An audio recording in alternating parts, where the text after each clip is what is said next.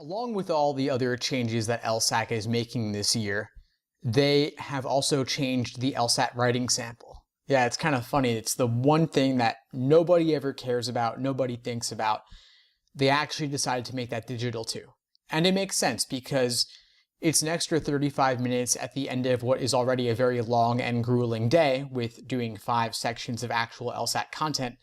The writing sample is the last thing that anybody wants to do. And while your brain's fried, you're probably not producing the best quality writing either. And so LSAC is looking to change that. They're going to let you do the writing sample from the comfort of your own home.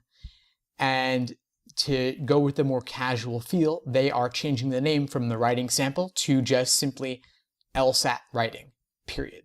So you'll be able to do it at home on your own computer as long as it's running Windows or Mac OS, and you'll be able to type it. So that's pretty cool. I mean, I remember when I did the writing sample, my hand was tired by the end because I hardly ever write anything by hand anymore except the occasional LSAT Logic Games diagram or something like that. So LSAT writing is going to be different.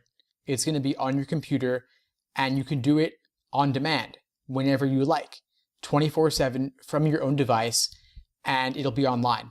LSAC will monitor you with a webcam and microphone, and they probably won't look at it unless there's a problem of some kind. They want to make sure that it's really you who's doing it. They'll ask you to hold up a photo of your government ID to match it with your face, and you'll be monitored the whole time that you're writing, but there's no reason to stress because law schools don't really care very much about it. They might be slightly more likely to look at it because it is going to be typed rather than handwritten, so it'll be a little bit easier for them to look at it, but because it's not scored, they don't really have much reason to care about it. I've talked to some admission officers about this, and they're pretty much telling me that they never really looked at the writing sample, and they're probably not going to start looking unless there's a question of some sort about the applicant. So I wouldn't overly stress about this. One other cool thing about this is that you're only going to have to do it once. LSAC is not going to make you do a new writing sample every time you take a new LSAT. So it'll be stored, it'll be saved.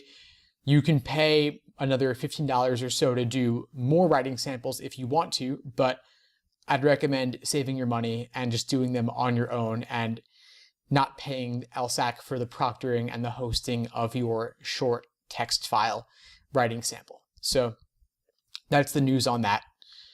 I wouldn't focus too much on this, but I also wouldn't procrastinate on it. You don't want the writing sample to be the one thing holding you back from hitting submit on your application. So study for the LSAT, take the LSAT, and then when you have some free time and want to kill a half hour, this is what you do with it. So focus instead more on the digital LSAT itself, which is a whole nother beast that you actually do want to prep for.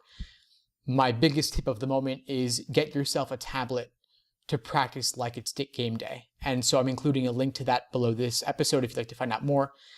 And I'm including a link to my digital LSAT playlist so you can see all the various things I've been saying about the digital LSAT to help you get ready for it. So that's all there is to say on that for now. Hope this helped you. If it did, please subscribe to be notified of new episodes as I release them, and feel free to reach out if you need anything at all. I'm happy to help however I can. In the meantime, I'll wish you all the best and take care.